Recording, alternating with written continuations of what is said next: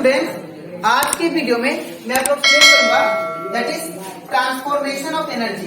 हम लोग class 9 science का चैप्टर 11 कर रहे थे, that is work and energy.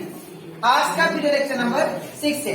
इसके पिछले वीडियो में दैट इज लेक्चर 1 से लेके लेक्चर 5 तक अभी तक मैंने आप लोगों को एक्सप्लेन कर दिया है कि वर्क क्या होता है और कुछ इम्पोर्टेंट टर्म्स के बारे में, और उसका एग्जाम्पल भी समझा था।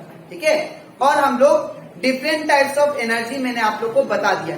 ठीक है, जैसे कि एग्जांपल काइनेटिक एनर्जी क्या होता है, पोटेंशियल क्या होता है, केमिकल एनर्जी क्या होता है। ठीक है, और उसी के साथ साथ हम लोग पावर के बारे में भी वो सारा मैंने आप लोग को कंसेप्ट समझा दिया। ठीक है, तो अगर आपको सारा कंसेप्ट अच्छे से सीखना है तो आप लोग उसको मेरे यूट्यूब चैनल में जाके उसको देख सकते हो। ठीक है, आज का वीडियो लेक्चर दैट इज 6, ये आपका लास्ट वीडियो लेक्चर है इस चैप्टर का। उसके बाद ये चैप्टर खत्म हो जाएगा।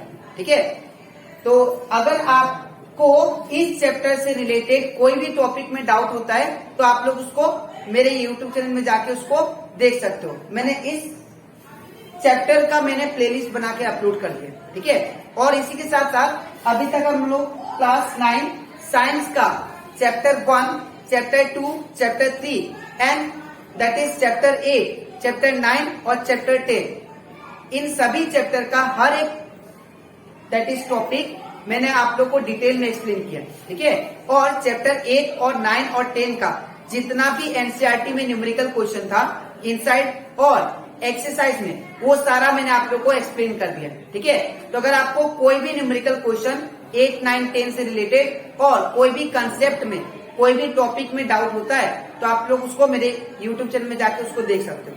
ठीक है, तो स्टार्ट करते हैं क्लास।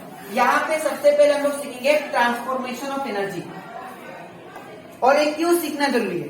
ठीक है, बिकॉज हमारे यूनिवर्स में या हमारे अर्थ में हम लोग जो भी वर्क करते हैं वो कहीं ना कहीं वो वर्क क्या होता है, वो एनर्जी, वो वर्क जो करते हैं, कोई भी वर्क उसको करने के लिए हमें क्या चाहिए होता है, एनर्जी। ठीक है, अब वो काम तो हम लोग करते हैं, वो वर्क हम लोग करते हैं, लेकिन वो वर्क करने के बाद में थ्रू एनर्जी हम लोग वर्क तो करते हैं, लेकिन वो काम करने के बाद में हमारा एनर्जी कहाँ जाता है, तो इसको समझना बहुत ही इंपॉर्टेंट है। ठीक है, कोई भी हम लोग अगर काम करते हैं तो वो जो हम लोग एनर्जी यूज करते हैं वो एनर्जी एक्चुअल में वो डिकम्पोज नहीं होता है या डिस्ट्रॉय नहीं होता है, वो एक्चुअल में क्या होता है, ट्रांसफर्ड हो जाता है। ठीक है, जैसे कि एग्जांपल सपोज यहाँ पे 100 ब्रिक्स है और ये 100 ब्रिक्स को आपको क्या करना है, ये सपोज बिल्डिंग हो गया और यहाँ पे 100 ब्रिक्स है बिल्डिंग के ऊपर। ठीक है, और ये बिल्डिंग से आपको क्या करना है, ये ब्रिक्स को ग्राउंड तक लेके जाना है। ठीक है, यहाँ पे एक एक्सेप्शन है कि आप लोग ये ब्रिक्स को डायरेक्ट फेंक नहीं सकते हो।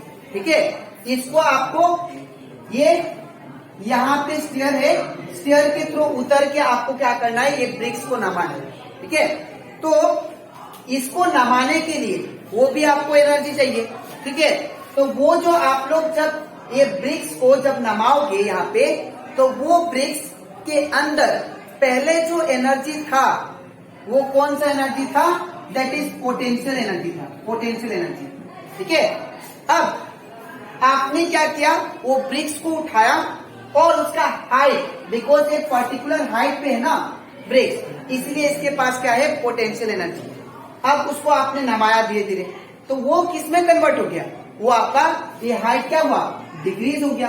तो यहाँ पे पोटेंशियल एनर्जी किसमें कन्वर्ट हो गया, काइनेटिक एनर्जी। ठीक है, तो ब्रिक्स के अंदर जो पोटेंशियल एनर्जी था वो किसमें कन्वर्ट हो गया, काइनेटिक में। सिमिलरली यहाँ पे अगर आपको यहाँ पे एग्जांपल दिया है जो मैंने यहाँ पे ये आप लोग को समझाया था कि अगर कोई भी बॉल को या ब्रिक्स को अगर आप लोग बिल्डिंग से नीचे फेंकते हो, तो अगर बिल्डिंग के ऊपर सपोज बिल्डिंग के ऊपर अगर ब्रिक्स है, ठीक है, और आपने नीचे फेंका तो उसका हाइट क्या हुआ, पहले तो एच हाइट था ना, एच हाइट पे था, अब ये क्या हुआ, हाइट इसका डिक्रीज हो गया। तो अगर हाइट ही 0 होगा तो यहाँ पे potential E K equal to formula क्या था, E K equal to sorry EP, EP potential energy equal to क्या था, एमजी। तो अगर हाइट ही जीरो हो गया तो हमारा पोटेंशियल एनर्जी भी जीरो है ना। तो यहाँ पे ये जो ब्रिक्स था इसके ऊपर जो पोटेंशियल एनर्जी लग रहा था वो जीरो हो गया। तो कौन सा एनर्जी, वो पोटेंशियल एनर्जी कहा गया, वो पोटेंशियल एनर्जी कन्वर्ट हो गया आपका काइनेटिक। ठीक है, मैं इसको फिर से एक्सप्लेन कर रहा हूं। ये एग्जांपल को ध्यान से आप लोग अपने मेमोरी में अच्छे से स्टोर कर लेंगे। सपोज मेरे पास एक बिल्डिंग है, ठीक है, अब ये बिल्डिंग के ऊपर सपोज 3 ब्रिक्स है, ठीक है, और ये ब्रिक्स को आपको क्या करना है, नीचे फेंक देना है ग्राउंड, ये हमारा ग्राउंड है, ठीक है। तो अगर जब नीचे फेंकोगे, ठीक है, तो सबसे पहला सवाल ये है कि ब्रिक्स के अंदर कौन सा एनर्जी है।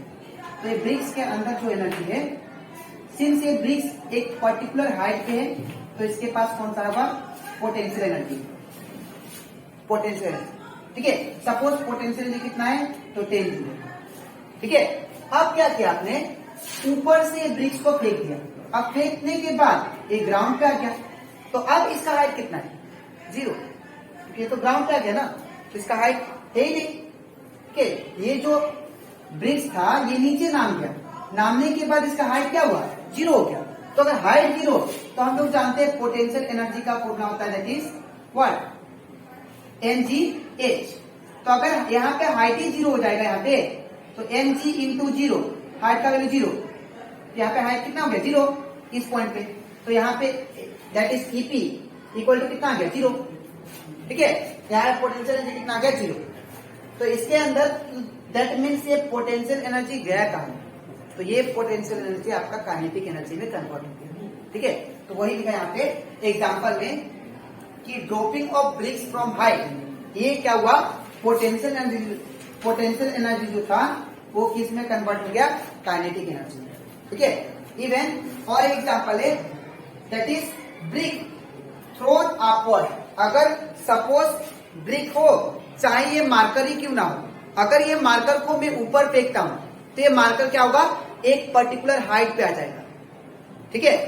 तो इसके अंदर कोई भी चीज अगर एक पर्टिकुलर हाइट पे आ जाए तो उसके अंदर क्या आ गया, पोटेंशियल एनर्जी। तो इसको तो मैंने फेंका था, मोशन करवाया था, तो इसके अंदर पहले क्या था, काइनेटिक था, और इसको जब ऊपर फेंका तो इसके अंदर क्या गया, एक पर्टिकुलर हाइट पकड़ लिया, ठीक है। तो कौन सा एनर्जी आ गया, पोटेंशियल।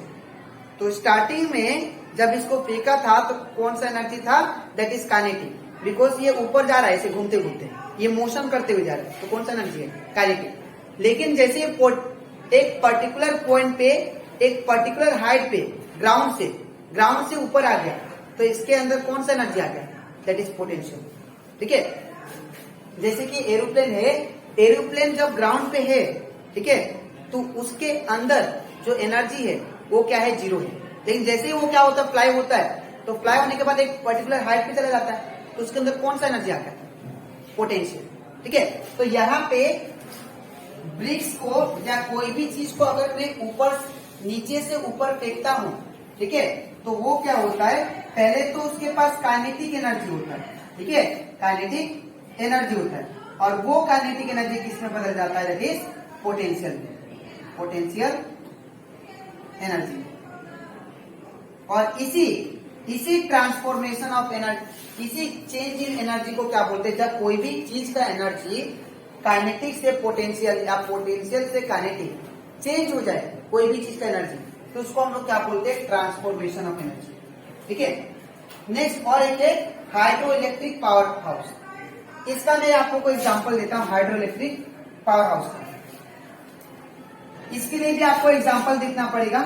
यहाँ पे देखिए, यहाँ पे सपोज यहाँ पे एक टरबाइन होता है, सर ये होता है टरबाइन, ठीक है। अब यहाँ पे क्या होता है, यहाँ पे डैम होता है, बहुत बड़ा बड़ा डैम होता है, ठीक है। जहां पे रिवर साइड होता है, रिवर सी साइड, वहां पे क्या होता है, बहुत बड़ा बड़ा डैम होता है, ठीक है। और ये होता है टरबाइन। अब टरबाइन के बाद यहाँ पे क्या हुआ, ये टरबाइन कनेक्टेड है तुम्हारा एक डिवाइस में, और वो डिवाइस फिर कनेक्टेड है तुम्हारा दैट इज मान लीजिए बल्ब में, ठीक है। अब क्या हुआ, जैसे ही मैंने डैम को खोला तो डैम को खोलते ही जो पानी था वो बहुत ही हाई स्पीड से आने लगा। जब हाई स्पीड से आया तो ये क्या हुआ, ये टरबाइन पे गिरने लगा। अब जब ये हाई स्पीड से आया तो ये पानी क्या कर रहा है, मोशन कर रहा है, तो इसके अंदर कौन सा एनर्जी है, काइनेटिक एनर्जी। ठीक है। अब ये काइनेटिक एनर्जी जो कि पानी में है, ठीक है, वो क्या कर रहा है, टरबाइन को रोटेट कर रहा है। ठीक है, टरबाइन को घुमा रहा है। अब टरबाइन घूमते घूमते घूमते क्या करेगा, वो क्या करेगा, यहाँ पे टरबाइन घूमते घूमते क्या करेगा, उसके अंदर मैकेनिकल एनर्जी आ जाएगी। मैकेनिकल एनर्जी, मशीन अगर घूमता है तो उसके अंदर कौन सा एनर्जी होता है, मैकेनिकल एनर्जी, वो हमारे लिए काम कर रहा है। अब वो क्या करेगा, मैकेनिकल, वो टरबाइन घूमते घूमते घूमते घूमते क्या प्रोड्यूस करेगा, दैट इज इलेक्ट्रिसिटी प्रोड्यूस करेगा। ठीक है, एट लास्ट क्या करेगा, वो इलेक्ट्रिकल एनर्जी में कन्वर्ट हो जाएगा। Electrical energy. ठीक है, तो यहाँ पे आप लोग देखो ट्रांसफॉर्मेशन ऑफ एनर्जी था। पानी से हम लोग इलेक्ट्रिसिटी डेवलप किए, तो यहाँ पे काइनेटिक एनर्जी था पानी में। अब जैसे ही टरबाइन में आया तो क्या हो गया, मैकेनिकल एनर्जी। फिर मैकेनिकल एनर्जी के बाद वो किस में कन्वर्ट हुआ, इलेक्ट्रिकल एनर्जी। तो ये आप देख रहे हो, ये होता है conversion, that is transformation of energy. और एग्जांपल है, बेस्ट एग्जांपल जो कि आप लोग डेली लाइफ में करते हो, सोलर पैनल। अगर सपोज किसी के घर में सोलर पैनल है, ठीक है, अब वो क्या होता है, हम लोग क्या करते हैं, सन का एनर्जी लेते हैं, ये होगा सन। ठीक है, अब ये सन का जो रे होता है वो क्या करता है, सोलर पैनल में गिरता है। अब वो सोलर पैनल से हम लोग क्या कर सकते हैं, अब वो सोलर पैनल जो होता है वो सन का एनर्जी ले रहा है ना, ये क्या ले रहा है, सन का एनर्जी ले रहा है, जिसको हम लोग क्या बोलते हैं, लाइट एनर्जी, जिसको हम लोग बोलते हैं लाइट एनर्जी। अब वो लाइट एनर्जी किसमें कन्वर्ट होगा, इलेक्ट्रिकल एनर्जी, इलेक्ट्रिकल एनर्जी जो कि एनर्जी। तो यहां पे अगर देखो तो ये जैसे ही सोलर पैनल में टकराया, सोलर पैनल में जैसे ही ये इंसिडेंट करेगा तो जो लाइट एनर्जी था किसमें कन्वर्ट होगा, इलेक्ट्रिकल। तो इसी को बोलते हैं हम लोग ट्रांसफॉर्मेशन ऑफ एनर्जी। ठीक है, तो यहाँ पे ट्रांसफॉर्मेशन ऑफ एनर्जी का मतलब चेंज इन एनर्जी। एनर्जी कैसे चेंज होता है, ठीक है, एक फॉर्म से दूसरा फॉर्म। ठीक है, तो आई होप आपको ये ट्रांसफॉर्मेशन ऑफ एनर्जी और कुछ एग्जांपल इसका अच्छे से क्लियर हो जाता है। ठीक है, तो हाइड्रो इलेक्ट्रिक पावर हाउस में क्या था, मैंने क्या बोला, पहले वो काइनेटिक एनर्जी होगा, उसके बाद किसमें बदलेगा, मैकेनिकल एनर्जी में, उसके बाद किसमें, इलेक्ट्रिकल एनर्जी। ठीक है, अब हम लोग बात करते हैं law of conservation of energy. Law of conservation of energy, ये कंसेप्ट हमें ये कहता है कि एनर्जी कभी भी डिस्ट्रॉय नहीं हो सकता, ना उसको हम लोग खुद बना सकते। ठीक है, ना एनर्जी को हम लोग खुद उसको बना सकते, ना उसको वो कभी डिस्ट्रॉय हो सकता है, लेकिन वो एक फॉर्म से दूसरा फॉर्म में कन्वर्ट हो सकता है। वही लिखा है मैंने, energy can neither be created, ना उसको हम लोग बना सकते हैं एनर्जी को, ठीक है, नॉर बी डिस्ट्रॉय, ना उसको डिस्ट्रॉय कर सकते, but it can be transform from one form to another. लेकिन वो क्या हो सकता है, चेंज हो सकता है एक फॉर्म से दूसरा फॉर्म। ठीक है, जैसे कि सुबह पूरा ठीक से खा के आया और खा के आने के बाद वो क्या किया, अब उसको एक बस्ता उठा के उसको 1 किलोमीटर लेके जाके उसको फेंकना है। ठीक है, वो जगह पे रखना है। तो डेली क्या किया, वो बस्ता उठा लिया, 25 kg वाला बस्ता उठा के वो क्या किया, 1 किलोमीटर जाके वो बस्ता को फेंक दिया। फिर से ऐसा 10 बस्ता था, तो वो क्या किया, सुबह से लेके शाम तक काम किया। अब उसको भूख लग गई, अब उसके अंदर एनर्जी है नहीं, तो एक्चुअल में वो एनर्जी कहाँ गया, वो एक्चुअल में जो एनर्जी था वो कन्वर्ट हो गया किसमें, काइनेटिक और पोटेंशियल। अब काइनेटिक कैसे, जब आपने, और पोटेंशियल में, और जब आपने बस्ता को उठाया तो एक पर्टिकुलर हाइट पे उठाया। ठीक है, एक पर्टिकुलर हाइट पे उठाया, तो वो उठाने वाला जो एनर्जी है क्या गया बस्ता के अंदर, पोटेंशियल। जैसे कि सपोज यही बस्ता है, आपने इसको उठाया बस्ता को, तो इसके अंदर कौन सा एनर्जी आ गया, पोटेंशियल। अब आपने क्या किया, 1 किलोमीटर तक इसको लेके गए और लेके आने के बाद में आपने क्या किया, इसको फेंक दिया, तो कौन सा एनर्जी होगा, अब काइनेटिक में हो गया। तो पहले पोटेंशियल था, फिर क्या गया, काइनेटिक। ठीक है, अब तो ये जो एनर्जी है ये कहां से आ रहा है, उसके अंदर, ये हमारा एनर्जी था, मेरा जो एनर्जी था वो कन्वर्ट हो रहा था पोटेंशियल और काइनेटिक में। ठीक है, और इसीलिए तो मेरा एनर्जी डिस्ट्रॉय नहीं हुआ, मेरा एनर्जी डिस्ट्रॉय नहीं हुआ, वो एक्चुअली में कन्वर्ट हो गया एक फॉर्म से दूसरा फॉर्म। ठीक है, और एग्जांपल है, जैसे कि यहाँ पे मान लीजिए यहाँ पे माउंटेन है, मान लीजिए माउंटेन है। ठीक है, अब ये माउंटेन में अब ये माउंटेन में शुक्ला जी है,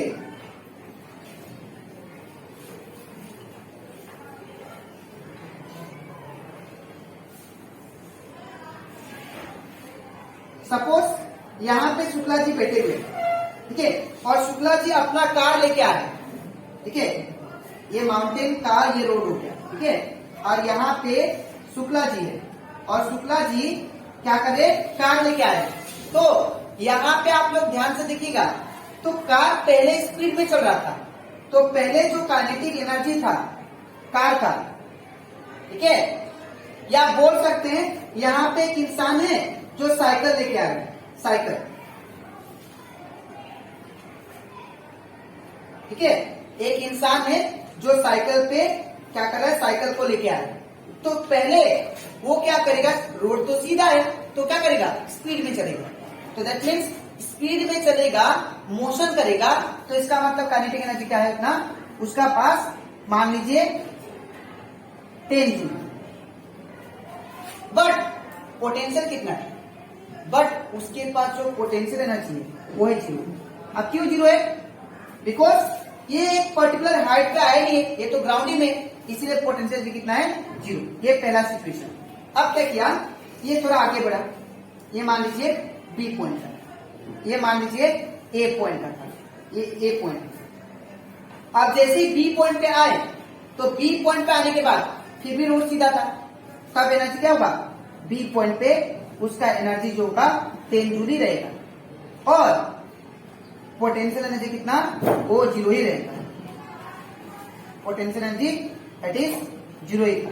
ठीक है, अब क्या किया, अब इसको सी पॉइंट पे जाना, तो अब क्या होगा, वो चला रहा था, वो जब क्या कर रहा था, साइकिल को जब चला रहा था, ठीक है, तो साइकिल को चलाते चलाते जब सी पॉइंट पे गया, तो क्या किया, एक ग्राउंड से पर्टिकुलर हाइट पे आ गया। ठीक है ना, तो इसका जो काइनेटिक, जब आप लोग पहाड़ पे उठते हो तो जितना स्पीड होता है पहले उतना स्पीड नहीं होता है।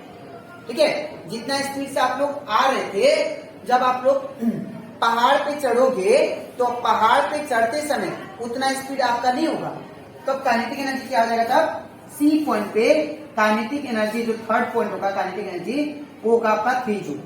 और ये 3 मीटर का सपोज हाइट था, तो आपका पोटेंशियल एनर्जी आ गया, क्योंकि एक पर्टिकुलर हाइट पे, ठीक है ना, सी पॉइंट क्या है, एक पर्टिकुलर हाइट पे, तो यहाँ पे जो पोटेंशियल एनर्जी आया वो सपोज 3 जूल आ गया। ठीक है, अब मान लीजिए डी पॉइंट पे आना, तो डी पॉइंट पे भाई और हाइट है, और ज्यादा हाइट है ग्राउंड से।